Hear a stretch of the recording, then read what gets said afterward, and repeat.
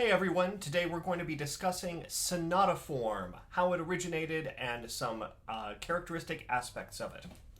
In this presentation, first what we're going to do is identify certain elements of the classical style that will help us define the features of the sonata form that we'll be looking at. We'll also observe the possible evolution of sonata form from rounded binary form. We'll be building that up based on the previous principles. And we'll also define the characteristics of a typical sonata form. So, to begin with, in the classical style, in the classical era, and very roughly we're talking about a little bit before 1750 until about after 1800, there are a number of stylistic elements that became common in compositions. And this served to help create an international style of composition that was quite similar between different regions in Europe, and was widely understood by listeners of the time.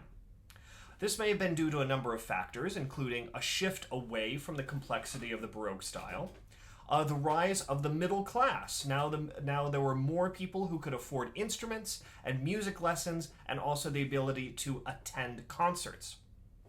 There was also the spread of the Enlightenment movement, and all these things sort of worked together to help shape the nature of the classical era. There are a number of stylistic traits common to many forms of the classical era, the sonata form among them. And these include sections that are clearly articulated with cadences, a tendency towards dramatized modulations, long-term tonal key area resolutions, and the balance of stable and unstable areas. Many pieces are going to include these, not just the sonata form, but we'll see them particularly prevalent in the sonata form as we look. Based on these traits, including clearly articulated sections, dramatized modulations, long-term key area resolutions, and the balance of stability and instability, we can hypothesize the potential development or evolution of sonata form coming out of rounded binary form. Let's recall for a moment what made up rounded binary form before we talk about the evolution of it. The form was typically divided into two large-scale sections known as reprises. That's what makes it binary, the fact that there are two repeated sections. In the second section, or the second reprise, the first phrase of it, or in a longer piece, the first subsection, provided some sort of contrast, usually in terms of key area, but also possibly in terms of motivic material. If you want an example of this, you can look at the theme from the last movement of Mozart's piano sonata in D major. The last movement, this is K284. It's a theme and variations movement, and that first theme is a perfect exemplar of this binary form with a contrasting first phrase in the second reprise. Then we'd return to the original key and the original material after that contrasting section. That moment was known as a double return. So here we have the sort of graph of what a rounded binary form could look like. First, we have an A section in the tonic, an A prime section moving to a different key, a B section with contrasting material, and then a return either to A or A prime in the tonic. So it's important to note also that when we come back to that original material in the original key, that was an important formal moment that was known as the double return. It's the double return because we get both the original material and the original key. Both of those come together to form that double return. And that will be a dramatic point in the form as we move forwards.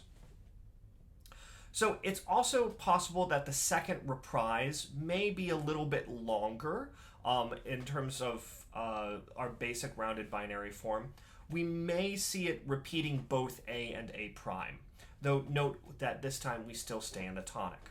So this is a more asymmetrical model, but it's still a binary form. You still have one section that's repeated and another section that's repeated. We have that divided into two large-scale sections, even though one is longer than the other. We're going to proceed with this model because it's hypothesized that it's from this model of the rounded binary form that we see the sonata growing and evolving. So let's apply some of the stylistic principles that we talked about earlier. First, we're going to apply some dramatic modulations. To do that, what we'll need to take the modulation happening in phrase 2 and make it its own section. So we'll do that, we'll just squish some things up and we'll move that modulation over, and that will have its own section now. It'll be this dramatic section of dramatized modulation. Now, to keep everything balanced, we won't just want to do that in the first reprise. We'll want to do it in the parallel point in the second reprise as well. So we're just going to squish in a new section there, and it's going to be a section of drama, just like we had in the first reprise. However, you'll note that we stay in the tonic. Remember the other principle of long-term key resolution. In other words, anything in the first part that we hear in a different key other than the tonic, we should hear back in the tonic when we get to the second half or the second reprise. So we want to hear everything from the first reprise resolved in the second reprise. Now we're going to begin to see that some areas are naturally going to lean towards stability or instability. Particularly the A and A prime phrases that we have will appear to be stable. So we'll mark those as stable in nice stable blue. While the dramatic modulations and the contrasting section, that B section, are going to tend to be unstable in this style. So we'll mark those in red. Now let's focus on the first reprise. This seems a little bit unbalanced. We have 2 stable areas, but only 1 unstable area. To balance this, we'll need to add another unstable area at the end of the first reprise. And because we want it to be balanced, we're going to add that to the second reprise as well. So this might seem odd at first. Wouldn't we want to have a stable section to end everything? Well, sure, we could, but what this unstable section is going to be doing is it's going to be giving us a cadential drive. It's going to be adding just a little bit of drama to make everything sparkle at the end of these large-scale sections. In fact, this we'll see that this builds on the principle of having cadences demarcating sections.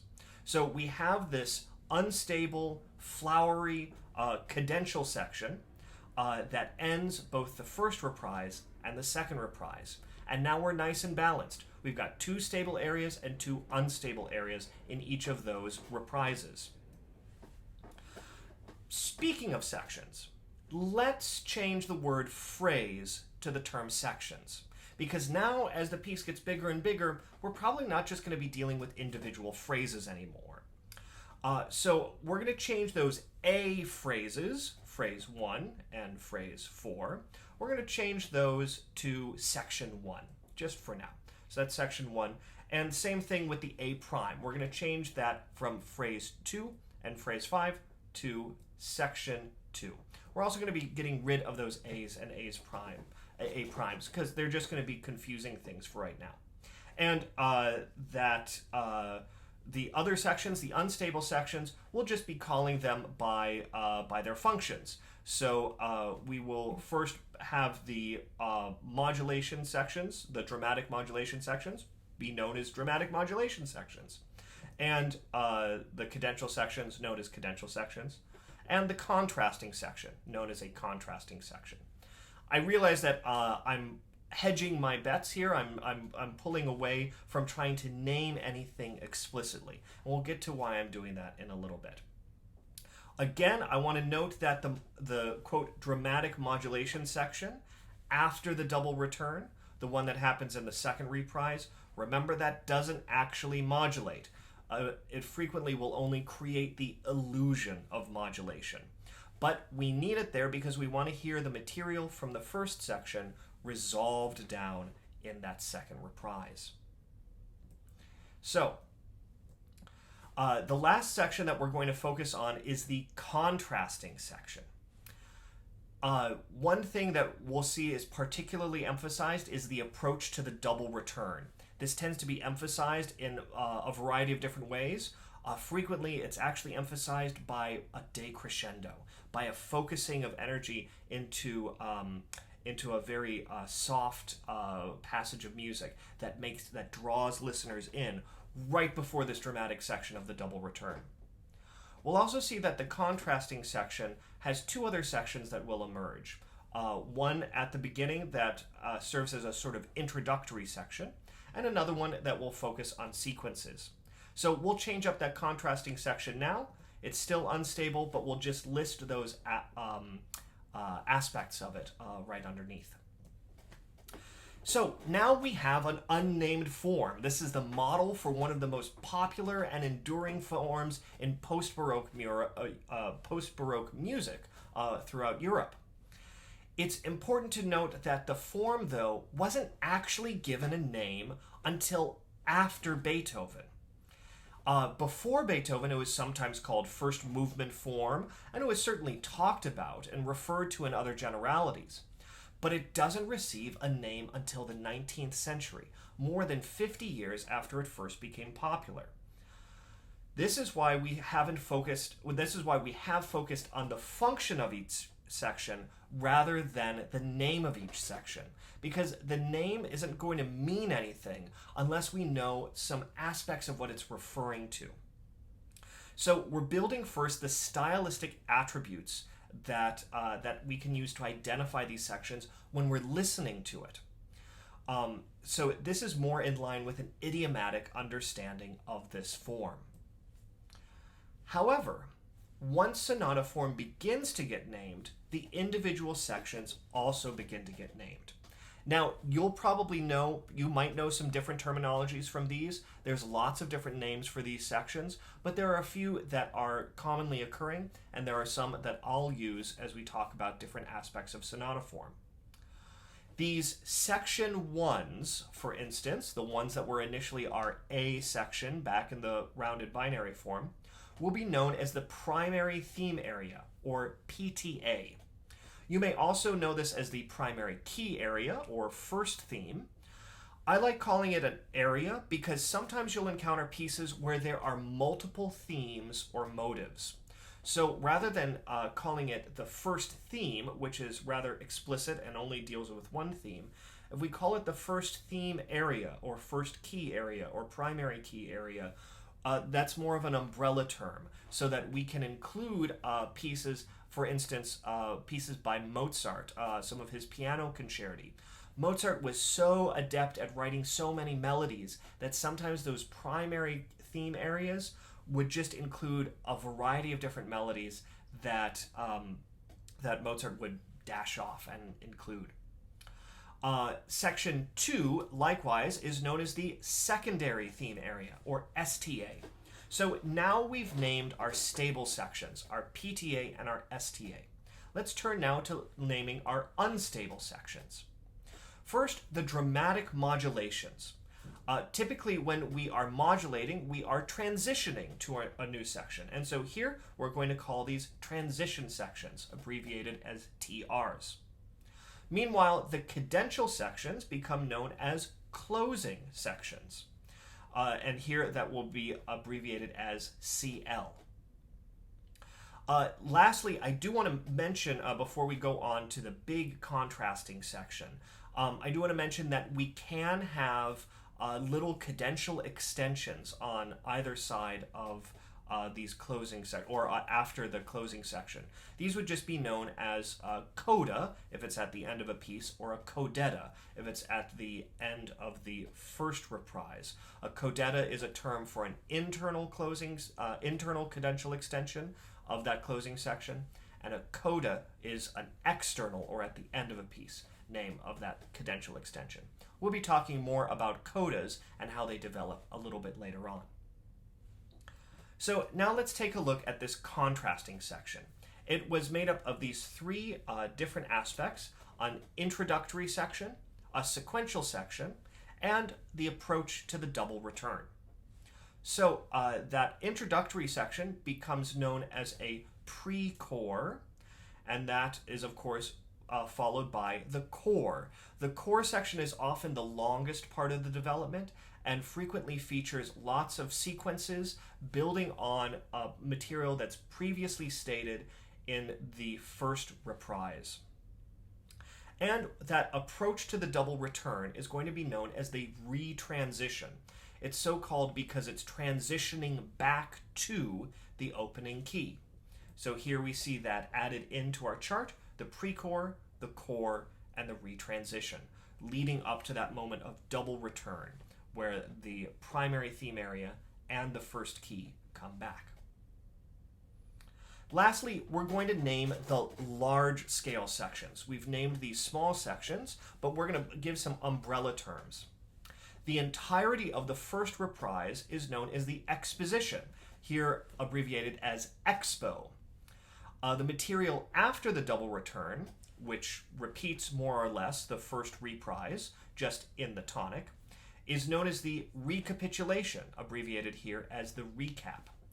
Again, the important thing here is the long-term tonal resolution. The different keys of the primary theme area are unified into the tonic of the recap. Excuse me, the different keys that we see in the exposition are unified into the recap. Meanwhile, the unstable contrasting section before the double return is known as the development, so called because it develops ideas from the exposition section. And it'll be used to play around with the material introduced in the expo. And occasionally, for instance, in the case of Beethoven's Third Symphony and many other pieces as well, you sometimes will see a new theme brought into the development section. So there's that development, rounding out the large-scale sections of our piece. So, in summary, we noted that some of the values of the classical era included sections with clearly articulated cadences, dramatized modulations, long-term tonal resolutions, and balance of stable and unstable areas. We use these basic ideas to build up the sonata form from the rounded binary form. And we found that each of these sections has a particular formal function within the scope of the larger form and was either stable or unstable relative to the surrounding material. Hopefully you'll be able to take this model and not just label aspects of sonata form when you encounter them, but understand a little bit about what is going on with the composer's intentions for what we should be feeling or expressing in terms of constructing that form, balancing the stability and instability. We can use it to inform our performances so that stable areas have that sense of stability. Perhaps we can do that with tempo or dynamics. Same thing with transition and closing sections and the development. What are ways that we can bring out that instability? And recognizing that there are different kinds of instability. Sometimes instability can mean modulation. Sometimes instability can mean frequent cadences and lots of flowery arpeggios, scales, and passage work. So hopefully this model will help heighten our awareness of the sonata form and help us to conceptualize pieces as a whole. I hope you've learned a little bit about sonata form, and we'll learn a little bit more, especially about how sonata form changes in later presentations.